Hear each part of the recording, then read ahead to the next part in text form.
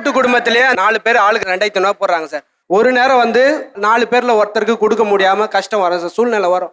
அந்த நேரத்தில் உதவி பண்ணுவாங்க சார். ஒரு முறை பண்ணுவாங்க, 2 முறை பண்ணுவாங்க, 3வது முறை கொஸ்டின் பண்ணுவாங்க சார்.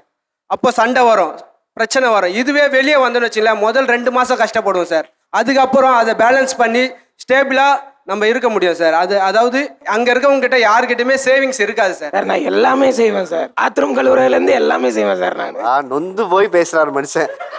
நான் வந்து ஆட்டோ டிரைவர். போயிட்டு நைட்டு ரொம்ப டயர்டாக இருக்கும். இவங்க வந்து பார்த்தா இவங்க தூங்கிடுவாங்க, எதுவுமே செஞ்சுருக்க மாட்டாங்க. நான் எல்லாரையும் எழுப்பி எல்லாமே செஞ்சு கொடுத்து நானும் சாப்பிட்டுட்டு பசங்களுக்கும் ஊட்டிட்டு இவங்களுக்கும் ஊட்டிட்டு இவங்களுக்கும் ஊட்டணும். ஏன்னா அன்னைக்கு கோபமாக இருக்காங்கன்னு அர்த்தம். ஊட்டலன்னா அன்னைக்கு பிரச்சனை ஆகிடும். என்னோட ப்ரீவியஸ் கம்பெனியில் வந்து என்னன்னா ஒரு லே ஆஃப் மாதிரி போயிட்டு இருந்துச்சு. ஸோ அந்த டைமில் ரொம்ப ஹெக்டிக்காக மென்டல் ப்ரெஷர் இருந்தது. என்ன பண்ணுவோம், நம்ம அடுத்த கம்பெனி கிளியர் பண்ணுவோமா இல்லையான்னு. அப்போ அப்பா அம்மா தம்பி எல்லாருமே கூட இருந்து நீ கவலைப்படாத, 3 months ஆனாலும் சரி 6 months ஆனாலும் சரி நம்ம பேக்கப் இருக்கும், நம்ம பார்த்துக்கலாம் எல்லாரும் அப்படின்ற ஒரு தைரியம் கொடுக்கறதுன்றதே எனக்கு வந்து ஒரு இன்டர்வியூ கிளியர் பண்ணுற ஒரு பவர் கிடைக்கும் சார். கூட்டு குடும்பத்தில் இருந்தா குழந்தைங்க வந்து சித்தி பாட்டி அத்தை பொண்ணு மாமா பொண்ணு எல்லாரோடையும் ஒற்றுமையா அதுக்கு விட்டு கொடுக்குற மனசு வரும், நெகட்டிவிட்டியே வராது. தனி கொடுத்துரும் போனா தனிமையிலேயே இருக்கு. இவங்கெல்லாம் எப்படி இருந்தாங்க, அப்பா அம்மாவோட கூட்டு கொடுத்துறதால வளர்ந்தாங்க, அதனால தானே இப்ப தன்னம்பிக்கையா பேசுறாங்க. அதே மாதிரி தானே அந்த குழந்தைய வளரணும். அதை மட்டும் தனியா சனி ஞாயிறு கூட்டிட்டு வந்தா எப்படி சரியாகும்? Welcome back. அனுஜ் ஸ்டைல்ஸ் வழங்கும் வா தமிழா வா. இன்னைக்கு நாம பேச போற தலைப்பு கூட்டு குடும்பத்தில் வாழும் தம்பதியினர் வெர்சஸ் தனி குடும்பத்தில் வாழும் தம்பதியினர். தனி கொடுத்தனும் வேணாம், வாட் இஸ் வேலிட் ரீசன்? உங்ககிட்ட அதுக்கான என்ன காரணம் இருக்கு? கூட்டு குடும்பத்தில் தான் நல்லா சேவிங்ஸ் பண்ண முடியும். தனித்தனியா செலவுகள் ஜாஸ்தி தான் ஆகும். 2 குடும்பம், 2 கேஸ் அடுப்பு வாங்கணும், 2 வீடு, எல்லாமே தனித்தனியா பண்ண வேண்டியிருக்கு. கூட்டு குடும்பத்தில் அப்படி கிடையாது. மொத்தமா எல்லாமே ஷேர் பண்ணும் பொழுது செலவுகள் கம்மியாகும், சேவிங்ஸ் ஜாஸ்தி ஆகும். இப்போ அங்கே இருக்கிறவங்க எல்லாருமே அவங்களோட உண்மையான வருமானத்தை மறைச்சிட்டு அதுல இருந்து தான் சேவிங்ஸை பண்ண முடியுமே தவிர அவங்க உண்மையான வருமானத்தை சொல்லி அந்த இடத்துல சேவிங்ஸே பண்ண முடியாது சார். இப்போ அப்ராக்சிமேட்டாக சொன்ன ஒரு 70,000 வருதுன்னு வச்சுக்கோங்க சார். எந்த அப்பாதும் சேர்த்து அப்பா அம்மா பேர்லயும் இன்சூரன்ஸ் போகும், எங்க பேர்லயும் ஒரு இன்சூரன்ஸ் போகும். சொந்த வீடு அப்படின்றதுனால வாடகை இல்லை, கிராசரிஸ் எல்லாமே அப்பாவோட செலவுகள், இபி அண்ட் சிலிண்டரு அண்ட் இப்போ நம்ம வெளியில போயிட்டு வர்றது என் சைட்ல இருந்தா போகும். அது இல்லாம ஒரு 5,000 6,000 ரூபாய் என் சம்பளத்துல இல்லைன்னு நினைச்சிட்டு இன்வெஸ்ட்மெண்ட் பண்ணிட்டு தான் இருப்போம். இதே தனியா இருக்கிறனா கண்டிப்பா நம்ம ஏதாச்சும் ஒரு செலவுகள் கண்டிப்பா பண்ணி தான் ஆகும். கூட்டு குடும்பத்திலேயே 4 பேர் ஆளுக்கு 2500 போடுறாங்க சார். ஒரு நேரம் வந்து 4 பேர்ல ஒருத்தருக்கு கொடுக்க முடியாம கஷ்டம் வரும் சார், சூழ்நிலை வரும். அந்த நேரத்தில் உதவி பண்ணுவாங்க சார். ஒரு முறை பண்ணுவாங்க, 2 முறை பண்ணுவாங்க, 3வது முறை கொஸ்டின் பண்ணுவாங்க சார். அப்போ சண்டை வரும், பிரச்சனை வரும். இதுவே வெளியே வந்துன்னு வச்சுங்களேன், முதல் 2 மாதம் கஷ்டப்படுவோம் சார். அதுக்கப்புறம் அதை பேலன்ஸ் பண்ணி ஸ்டேபிளாக நம்ம இருக்க முடியும் சார். அதாவது அங்கே இருக்கவங்க கிட்ட யாருக்கிட்டையுமே சேவிங்ஸ் இருக்காது சார். தனி குடுத்தனத்துல தான் பொருளாதார உயர்வு இருக்கு அப்படின்னு ஒன்று சொன்னார். இப்போ கரண்டா ஒரு 4 பேர் 5 பேர் சேர்ந்து பகிர்ந்துக்கிறது இங்கே யாரு? வாடகை வருது 30,000னா நான் 15,000, தம்பி 15,000. ஸோ அப்பா அம்மா வந்து என்னன்னா கிராசரிஸோ இல்லை வந்து கரண்ட் பில்லோ அதை அவங்க டேக் ஓவர் பண்ணிப்பாங்க. ஏதோ ஒரு ஃபங்க்ஷன் வருது அவங்களுக்கு மொய் வைக்கணும் அப்படின்னா அது அம்மா அப்பா பார்த்துப்பாங்க. 50,000 ரூபாய் நீங்கள் சம்பாதிக்கணும் வைங்களேன். இவர் உங்கள் தம்பின்னு வச்சுக்கோங்களேன். இவர் வந்து ஒரு 60,000 ரூபாய் இல்லை 70,000 ரூபாய் சம்பாதிப்பார், உங்களை விட 20,000 ரூபாய். அப்போ அவர் சம்பளத்துக்கு தகுந்த மாதிரி உங்களுக்கு கொடுக்கணுமா, இல்ல செலவு அப்படியே சம்பளம் எவ்வளவு சம்பாதிச்சாலும் வருமான பிரச்சனை இல்லை? வருமான பிரச்சனை இல்லை, ஏன்னா எல்லாருமே ஒரே லெவல்ல இருக்கிறோம் அப்படின்றதுனால ஒன்றும் ப்ராப்ளம் இல்லை. இப்போ நான் நாங்க தனி கொடுக்கணும் இருக்கணும்னா 25,000 ரூபாய் வீட்டு வாடகை கொடுக்கணும், இல்ல 20,000 ரூபாய் சென்னையில இருக்கிற ரெண்ட். இதே வந்து மொத்தமா 5 பேர் மொத்தமா இருந்தே 30,000 ரூபாய் தான் கட்டுறோம். இந்த மாசம் ரெண்ட் நான் கொடுக்குறேன்னா அது கண்டினியூஸா நான் தான் கொடுத்துட்டு இருப்பேன். ஸோ அவன் வந்து என்னன்னா அதை தனியாக டேக் ஓவர் பண்ணிப்பான். இபி பில்லோ ஈக்குவலா இருக்கும், ஸ்பிளிட் அப் ஆகும். நீங்க சொல்றீங்களா இப்போ நான் 60,000 ரூபாய் வாங்குறேன், தம்பி 50,000 ரூபாய் வாங்குறான்னா அவனுக்கு ஒரு 10,000 ரூபாய் நட்டம் தான். ஆனா இருந்தாலும் அவன் அதுக்கேற்ற மாதிரி அவனுக்கு எக்ஸ்பென்ஸை மட்டும் நாங்கள் வந்து ஸ்பிளிட் பண்ணிப்போம். நான் வந்து 50,000 ரூபாய் சம்பாதிக்கிறேன், நான் குடும்பத்துக்காக 30,000 ரூபாய் நான் ஷேர் பண்றேன்னு யாரும் சொல்லலை. அதே நான் 5,000 ரூபாய் தரேன், தம்பியும் 5,000 ரூபாய் தரான். அவன் கொஞ்சம் கஷ்டப்படுறான் தான் சார், ஆனால் அவன் 5,000 ரூபாய் தரான், நான் 5,000 ரூபாய் தரேன்னு சொல்றாங்களே தவிர தம்பி கஷ்டப்படுறான் நீ காசு வேணாப்பா நான் 20,000 ரூபாய் தரேன் நான் குடும்பத்தை பார்க்குறேன்னு யாரும் சொல்ல மாட்டாங்க. இதுதான் உண்மை. எனக்கு ஒரு அண்ணன் ஒரு தம்பி. இப்போ 5,000 ரூபாய் 2 பேரும் ஈக்குவலாக ஷேர் பண்ணோம். ஒருவேளை என் தம்பியால் பண்ண முடியலன்னா ஓகேடா நான் பார்த்துக்கிறேன், எப்போ இருக்கோ கொடு. அந்த தம்பி இல்லாம இல்ல சார், தம்பி இல்லாம இல்ல சார். ஒரு நிமிஷம், 3வது மாசம் உங்க மனைவி கேட்பாங்க, அவங்க கிட்ட கேளுங்க. இப்போ வந்து அவங்க ஒய்ஃப் அந்த மாதிரி சொல்ல மாட்டாங்கன்னு சொல்றாங்க. ஆமா, இப்போ நான் பாத்தீங்கன்னா என்னோட மச்சினார் ஒரு பிசினஸ் பண்ண ஆரம்பிச்சாரு. அப்போ அவர்கிட்ட ஃபண்டு கிடையாது, எங்ககிட்டயும் அவர் எதுவும் கேட்கல. அப்போ என்கிட்ட கேட்டாரு, இந்த மாதிரி தம்பி கடை வைக்க போறேன், நான் ஒரு அமௌண்ட் கொடுக்கட்டுமான்னு கேட்டாரு. தாராளமாக கொடுங்க அப்படின்னு சொல்லிட்டு சொன்னேன். திருப்பி அந்த அமௌண்ட்டை இப்போ நாங்கள் பிஸ்னஸ் பண்ணும்போது தம்பி என்கிட்ட கொடுக்கறதுக்கு வந்தார். வேணாங்க, உங்கள் தம்பிக்கு நீங்கள் செஞ்சது அதை வாங்க வேண்டாம். அதே மாதிரி நாங்கள் இப்போ பிஸ்னஸ் பண்ணும்போது தம்பிக்கிட்ட கொடுக்கும்போது நாங்கள் வேணான்ட்டோம். எங்கள் மூத்தார் பார்த்தீங்கன்னா என் தம்பி பிஸ்னஸ் பண்ணுறான்னு எங்களுக்கு ஒரு 1 lakh இப்போ கொடுத்தாரு. அவராக விருப்பப்பட்டு தான் கொடுத்தாரு. எங்களை திருப்பி கொடுன்னு அவர் கேட்கவும் இல்லை, எதுவும் பண்ணல. அதே மாதிரி தான் நாங்களும் எல்லாமே நம்ம எப்படி அவங்கக்கிட்ட நடந்துக்கிறோம் அப்படின்றத பொறுத்து தான் இருக்கே தவிர்த்து மற்றபடி வேறு எதுவுமே இல்லைங்க சார். எங்கள் பையன் எங்களோட இருந்த வரலையா எந்த பிரச்சனை இல்லாமல் நல்லா ரன் பண்ணி போயிட்டு இருந்தோம் சார். 3 பேரும் ஒற்றுமையாக எல்லாத்தையும் பார்த்துட்டு இருந்தோம். அவர் தனியாக போகணும்னு சொன்னதுக்கு அப்புறம் அவர் ஒரு பிஸ்னஸ் பண்ணிட்டு இருந்தார். நாங்களும் சார் அவர் பிஸ்னஸ் பண்ணணும்னு விட்டுட்டோம். இப்போ திடீர்னு பிஸ்னஸ் நொடிச்சு எல்லா ஃப்ரெண்ட்ஸுங்களையும் தேடி பார்த்துட்டு எதுவும் உதவி பண்ண முடியாத சூழ்நிலை எங்கள்கிட்ட வராரு. 40 லட்ச ரூபா இப்போ கடன் அடைச்சி கொடுத்துருக்குறோம் 1 மாதத்தில். அந்த உதவி அப்பா உறவுக்காரங்க சொந்தமாக இருந்தனால தான் செஞ்சாங்க. ஒரு ஃப்ரெண்டு கூட உதவிக்கு வரல சார். ஒய்ஃபாலையும் முடியல. ஒய்ஃபு லாஸ்ட்டில் அவங்களால என்ன பண்ண முடியுமோ அதையும் பண்ணி பார்த்துட்டாங்க. அப்போ உறவுக்குள்ள ஒன்றா இருந்ததுனால தானே சார் பண்ண முடிஞ்சுச்சு. அவர் தனியாக போயிட்டாரு, நஷ்டப்பட்டாருன்னு விட்டுட்டா அந்த பையனோட நிலைமை என்ன சார் ஆகும்? பொருளாதாரத்தை நம்ம டிஸ்கஸ் பண்ணும்போது நீங்கள் உங்கள் தரப்பில் இருக்கக்கூடிய வாதத்தை எடுத்து வச்சிங்க, அவங்க தரப்பில் இருக்கக்கூடிய பாசிபிலிட்டிஸ் எடுத்து வச்சாங்க. இப்போ முடிவுகள் அப்படின்னு ஒன்று எடுக்கிறோம் இல்லையா, கூட்டு குடும்பங்களில் முடிவெடுப்பது எப்படி எடுக்கிறீங்க? ஸோ எங்கள் ஃபேமிலியில் எல்லா டிசிஷன் மேக்கிங்குமே என் மாமியார் தான். அவங்க எதுனாலுமே என்கிட்ட கேட்டு தான் செய்வாங்க. நான் ஒரு முடிவு எடுக்கிறேன்னா நான் வந்து அவங்க கிட்ட நான் ஒழுங்காக பழகாமையோ அவங்கள ஒழுங்காக பார்த்துக்காமையோ அவங்களுக்கு மகள்கிற ஃபீல் கொடுக்காம இருந்திருந்தா நான் சொல்கிறதுக்கு முன்னாடியே அவங்க நோ சொல்லிடுவாங்க. ஆனால் அவங்க ஒன்று சொல்லும் போது அவங்களுக்கு நான் சப்போர்ட்டிவாக இருக்கிறதுனாலையும் வீட்டில் எல்லா விஷயத்தையும் நான் அவங்களுக்கு வந்து மகள் மாதிரி ஒரு உணவு கொடுக்கறதுனாலையும் நான் சொல்கிறதுக்கு முன்னாடியே அவர் புரிஞ்சுப்பாங்க. எக்ஸாம்பிள், குழந்தை பிறந்ததுமே எங்களுக்கு கார் தேவைப்பட்டது.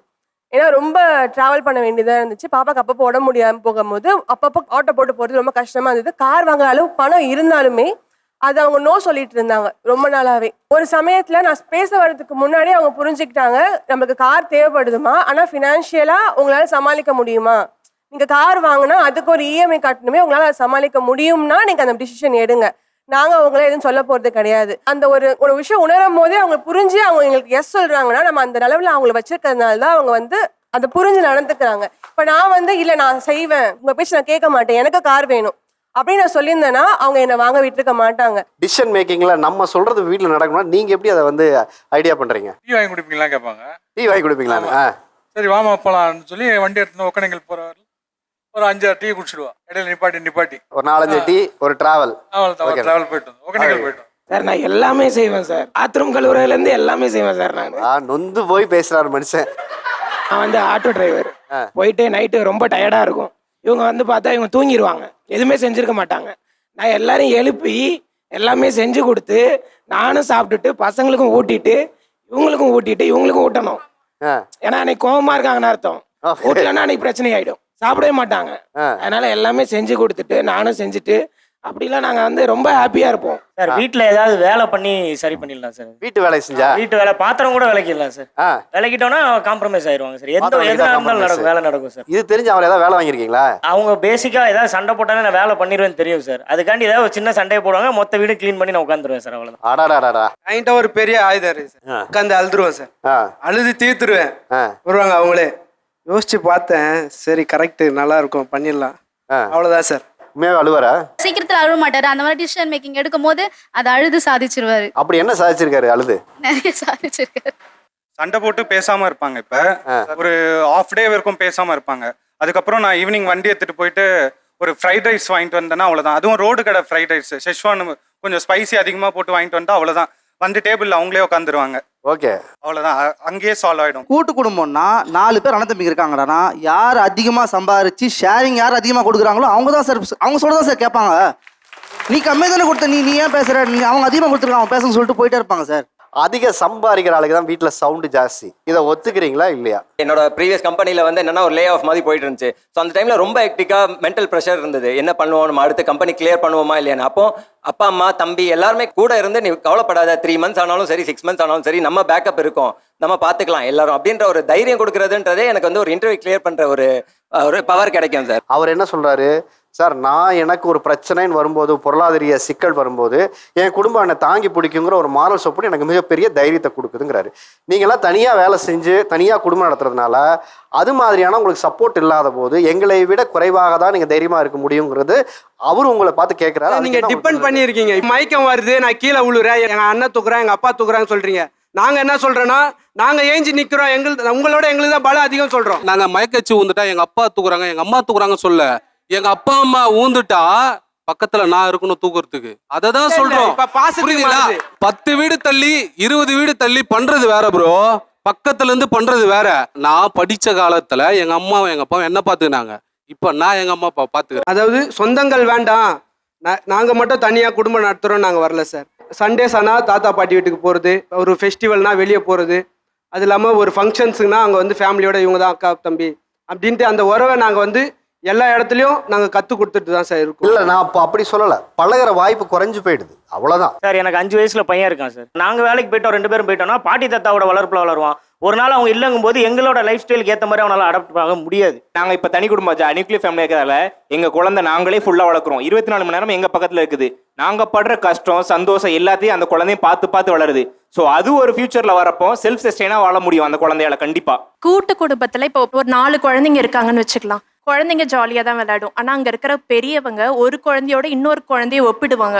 அவன் ஒழுங்கா சாப்பிட்றான், நீ சாப்பிடல. அவன் நல்லா படிக்கிறான், நீ படிக்கல. இந்த மாதிரி நிறைய கம்பேரிசன் அங்கே கண்டிப்பாக நடக்கும் கூட்டு குடும்பத்தில். அப்படி நடக்கிறப்ப அந்த குழந்தைக்கு அங்கேயே தாழ்வு மனப்பான்மை வந்துடும். தனியாக நான் இது பண்ணுறப்ப அந்த இது பிரச்சனை இருக்காது. ஜாயிண்ட் ஃபேமிலியில் இருக்கும்போது குழந்தை வளர்க்குறதுல ரொம்ப பாதிக்கப்படுறோம் சார். எங்களுக்கு பிடிச்ச மாதிரி எங்கள் குழந்தைய நாங்கள் வளர்க்க முடியாது. நாங்கள் ஏதாச்சும் இது தப்பு அப்படின்னு சொல்லி கொடுத்தோன்னா என்ன குழந்தைய தப்புன்னு சொல்ற அப்படின்னு சொல்லுவாங்க. அந்த டைம்ல என்ன ஆகுது, குழந்தைக்கு ஒரு பேரண்ட்ஸ் மேல ஐயோ நம்ம பாட்டி தாத்தா சொல்றதா கரெக்டா இருக்குமோ அப்படின்ற மாதிரி ஒரு தாட் வந்துடுது. பொய் சொல்லவும் சொல்லி கொடுக்குறாங்க சார். இப்போ நாங்க சாக்லேட் வாங்கி தராதீங்கன்னு சொல்றோம், இந்த ஸ்நாக்ஸ்லாம் வாங்கி கொடுக்காதீங்க குழந்தைக்கு கெடுதல்னு சொல்றோம். அவங்க ஒரு பாசத்தாலையும் ஒரு அன்பாலையும் அந்த குழந்தைகிட்ட வாங்கி கொடுத்துட்டு இது அம்மா கிட்ட சொல்லக்கூடாது, நான் வாங்கி கொடுத்ததை அப்பா கிட்ட சொல்லக்கூடாதுன்னு பொய் சொல்லவும் சொல்லி தராங்க. அப்ப அந்த குழந்தை அங்க பாதிக்கப்படுது. எங்களால எங்க குழந்தைய வளர்க்க முடியல.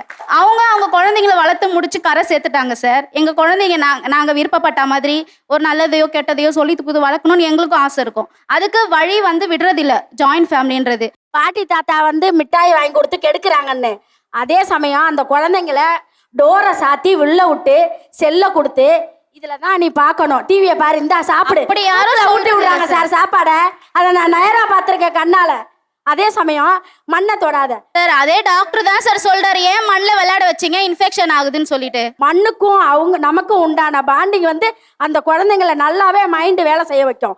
ஆனா மண்ணை தொடக்கூடாது, டஸ்ட் இருக்கு, அலர்ஜி வந்துடும். முத்தம் கொடுக்கக்கூடாது, தாத்தா சித்தப்பா கூட கை கழுவாம தூக்கக்கூடாது. நம்ம என்ன சார் செய்யறோம், சமைச்சுக்கிட்டு இருப்போம், குழந்தை அழுகும், அப்படியே தொடச்சிக்கிட்டு குழந்தைய தூக்குவோம். அப்ப என்ன ஆகுது, அந்த குழந்தைக்கு ஒன்றும் ஆகிறதில்ல. இப்போ எங்க பேரனுக்கு வந்து எந்த இதுவுமே கிடையாது, நல்லா ஹெல்த்தா இருக்கான், நல்லா வளர்க்குறோம். நம்மளோட வளர்ப்புல தான் இருக்கு. கூட்டு குடும்பத்துல இருந்தா குழந்தைங்க வந்து சித்தி பாட்டி அத்தை பொண்ணு மாமா பொண்ணு எல்லாரோடையும் ஒற்றுமையா அதுக்கு விட்டு கொடுக்குற மனசு வரும், நெகட்டிவிட்டியே வராது. தனி கொடுத்துரும் போனா தனிமையிலேயே இருக்கு. இவங்கெல்லாம் எப்படி இருந்தாங்க, அப்பா அம்மாவோட கூட்டு கொடுத்துட்டு வளர்ந்தாங்க, அதனால தானே இப்ப தன்னம்பிக்கையா பேசுறாங்க. அதே மாதிரி தானே அந்த குழந்தைய வளரணும். அதை மட்டும் தனியா சனி ஞாயிறு கூட்டிட்டு வந்தா எப்படி சரியாகும்? வாரம் ஃபுல்லா கூட இருந்தா தானே எல்லா கத்தையும் கத்துக்கும் பாட்டுக்கிட்டேந்து. தனி குடும்பமா நீங்க போனதுக்கு அப்புறம் ஒரு ஐசோலேட் ஆயிடுவீங்களே. உங்களுக்கு ஒரு குழந்தை பிறந்ததுக்கு அப்புறமா குழந்தைய யார் பார்த்துப்பா? குழந்தை வளர்ப்பை பத்தி இப்ப இருக்க ஜென்ரேஷன், அதாவது தனி கொடுத்தனவன் தான் எங்களுக்கு அந்த விழிப்புணர்வு இல்லை அப்படின்ற மாதிரி ஆயிடாது. என்னோட அப்பா அம்மா என்னை எப்படி வளர்த்துருப்பாங்கன்னு தெரியும், இவரோட அப்பா அம்மா இவரை எப்படி வளர்த்துருப்பாங்கன்னு தெரியும். அந்த ஒரு வேலை தான் நாங்க குழந்தைங்களை வளர்த்துறோமே தவிர. முன்னாடியே சொல்லிட்டீங்க உங்க வீட்டுக்காரர் வளர்த்தது சரியில்லைன்னு சொல்லிட்டு தான் பிள்ளை எப்படி வளர்க்கணும்னு ஒரு உதாரணம் சொன்னீங்க. இல்ல சார், நான் அப்படி சொல்ல. அவங்க பிள்ளைங்களை அவங்க வளர்த்து முடிச்சுட்டாங்க. இப்ப எங்க பிள்ளைங்களை வளர்க்க வழி விடுங்கன்னு தான் சொல்றேன். அந்த பிள்ளைங்களை அவங்க இஷ்டத்துக்கு தானே வளர்த்து உங்ககிட்ட கொடுத்தாங்க. அதுல இதெல்லாம் சரியில்லைன்னு சொல்லிட்டு தான் நீங்க உங்க பிள்ளைங்க இப்படி வளர்க்கணும்னு சொல்றீங்க. நான் சரியில்லைன்னு சொல்லல. ஒரு தனி கொடுத்தன போயிட்டா எங்களை எல்லாருமே தப்பான கண்ணோட்டத்திலே பாக்குறாங்க சார். எங்க அத்தையும் மாமாவும் அங்கதான் சார் உட்காந்துட்டு இருக்காங்க. அவங்க கிட்ட கேளுங்க, நாங்க தனி கொடுத்தன வந்ததால அவங்களுக்கு ஏதாச்சும் பாதிப்பு இருந்துதான் கேளுங்க. அவங்களுக்கு செய்ய வேண்டிய கடமையை நாங்க எதாவது செய்யலையா? ஆமா, இவரோட அப்பா அம்மா அங்க உட்காந்துருக்காங்க. மைக்கு கொடுங்க சார். அவங்க அத்தை மாமா யாரு? மைக்க கொடுங்க. பிள்ளைங்க சந்தோஷமா இருந்தா எங்க சந்தோஷம். நாங்க கூட்டு குடும்பம் தான். எனக்கு முதல்ல இந்த ஷோல இந்த கேள்விக்கு ஒரு பதில சொல்லுங்க. நிறைய பேர் இந்த கேள்வியை முன் வச்சுட்டாங்க. அவரு இங்க உட்காந்து சொன்னார்ல, நாங்க வந்து நரகத்துல இருந்து சொர்க்கத்துல வந்தோம்னு. அதை கேட்கும் போது உங்களுக்கு எப்படி இருக்கு? நீங்க அப்படிதான் வச்சிருந்தீங்களா அவங்கள? எனக்கு வந்து கஷ்டமா தான் இருந்துச்சு சார். நரகத்துக்கு சொர்க்கு போனா கஷ்டம் தான் சார். ஒரு பிள்ளைங்க கெட்டு போனா ஒரு அப்பா அம்மா கஷ்டப்படுவாங்களா? நீங்க தனியா போனாலும் நல்லா இருக்கும் தான் நாங்க சொல்றோம். ஓகே, என்னோட அடுத்த கேள்வி, நீங்க இந்த பக்கம் கூட்டு குடும்பம் தான் தேவைன்னு சொல்லிருக்கீங்கல்ல, அவங்க சொல்றாங்க நாங்க அவங்கள ரொம்ப சந்தோஷமா வச்சிருக்கிறோம், அதனால எங்களுக்கு கூட்டு குடும்பம் தேவையில்லை, பக்கத்து தெருவுல அந்த கூட்டு குடும்பத்தை வச்சுக்கிறோம், குடும்பத்துக்குள்ள கூட்டு குடும்பம் வேணாங்கிறாங்க. சந்தோஷமா வச்சிருந்தாலும் கூட்டு குடும்பத்துல வரது தனியா இருக்கும்போது வருமா சார்? இப்ப அவங்க எதுக்கு கூட்டு குடும்பம் கேக்குறாங்கன்னா, இன்னொரு தங்கச்சி இருக்காங்க, அவங்களுக்கு கல்யாணம் பண்ணி வைக்கணும். அதுக்காக தான் கூட்டு குடும்பம். அதாவது ஏதோ ஒரு ஆதாயத்துக்காக தான் அவங்க கூட்டு குடும்பம் கேட்டுட்டே இருக்காங்களே தவிர. சார் இது ஆதாயம்னு சொல்ல முடியாது சார். நம்ம பிள்ளைங்க நம்ம இப்போ நான் என்ன பண்ணியிருக்கேன் சார், பொண்ணு கல்யாணம் பண்ணிட்டு புள்ளி கல்யாணம் பண்ணியிருக்கணும். நான் என்ன பண்ணேன், நம்ம பிள்ளை பெரியவன், பொண்ணுங்க சின்னவங்க, பெரிய புள்ளி கல்யாணம் பண்ணி வச்சாக்கா நம்ம பொண்ணுங்களுக்கு நம்ம எல்லாமே பண்ணுவான், நம்ம பிள்ளை பார்ப்பான், குடும்பத்தை எடுத்துப்பான். நான் பண்ணேன் சார். பொதுவாக ஒரு ஆண் பிள்ளைகள் பெண் பிள்ளைகள் 2 பேரும் இருக்கிற வீட்டில் பெண்களுக்கு கல்யாணம் முடிச்சுட்டு தான் ஆண்களுக்கு திருமணம் முடிக்கிறதுன்னு ஒரு வழக்கமாக வச்சுருப்பாங்க. ஏன்னா கல்யாணத்துக்கு அப்புறம் அவங்க குடும்பம்னு ஒன்று வரும்போது எடுத்தேறி செய்கிறதுக்கு நிறைய சூழல் இருக்காதுங்கிறனால தான் இந்த ஃபார்மேட்டை எல்லா குடும்பங்களும் ஃபாலோ பண்ணுறது.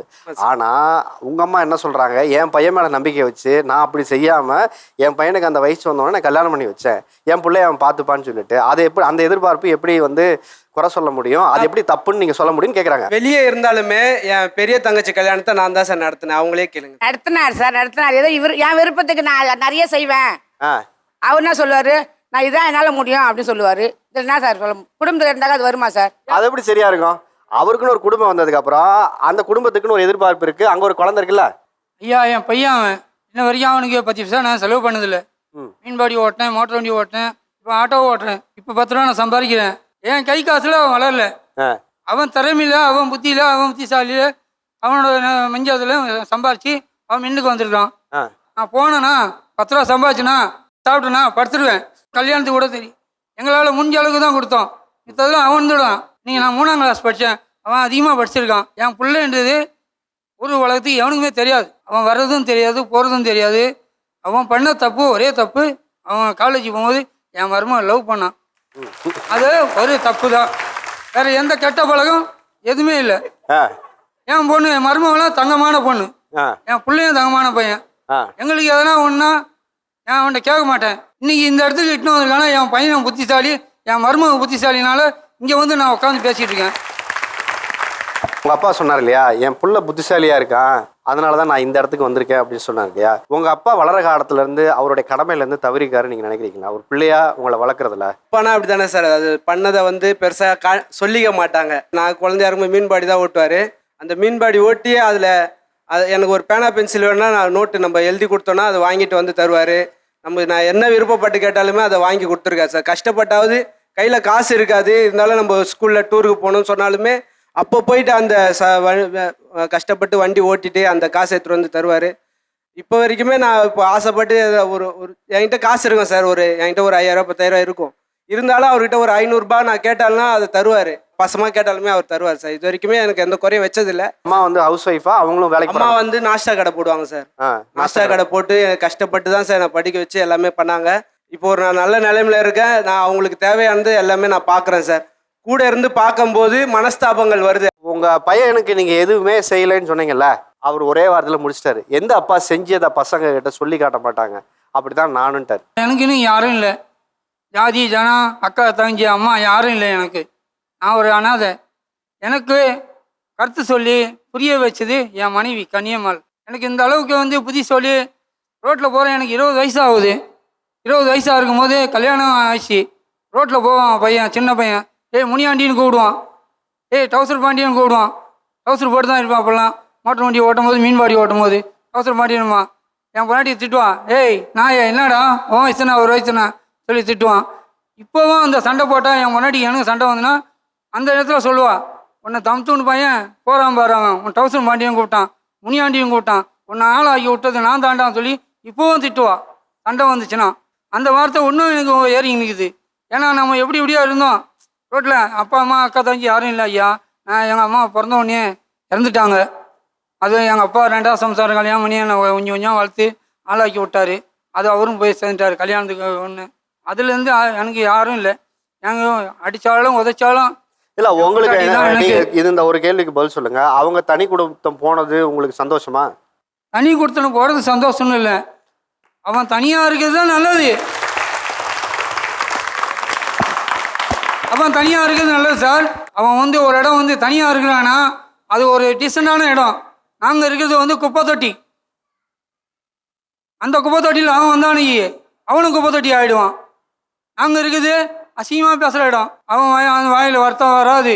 அவங்க என்னை நல்லா பார்த்துனாங்க சார். அதான் நரகன்னு சொல்லலை. ஒரு மருமக வரும்போது மாமியார் மருமக சண்டையை தான் நான் நரகன்னு சொன்னேன் அந்த இடத்துல.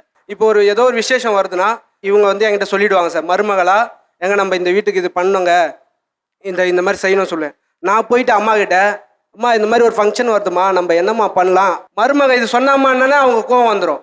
அவள் சொல்கிறது நான் செய்யணுமான்னு அங்கேயே சண்டை வந்துடும். நான் என்ன பண்ணுவேன்னா, சார் அம்மா இந்த மாதிரி பண்ணுறாங்கன்றாங்கம்மா, சரிப்பா நம்ம வந்து அவங்களுக்கு இந்த மாதிரி ஒரு கால் சவரம் போடலாமா, இவங்க அதான் சொல்லியிருப்பாங்க, நீங்கள் சொல்கிற மாதிரியே செஞ்சிடலாமா அப்படின்னு சொல்லுவேன். நான் இவங்ககிட்ட நீங்கள் சொன்ன மாதிரியே கால் சவரம் போடலான்னு அம்மா ஒத்துக்கிட்டாங்கம்மா. இப்போ நான் எப்படி ட்ராவல் பண்ணுற மாதிரிங்க. மனைவிகள் மாமியார்கிட்ட நடிக்கிறதும் மாமியார் மனைவி கிட்ட நடிக்கிறதும் வேற கதை. அப்புறம் இவங்க 2 பேர்கிட்டயும் புருஷனாவும் புள்ளியாவும் நடிக்கிறது ஒரு கதை. ஆமாம் சார், பெரிய அது ஒரு பெரிய கதை.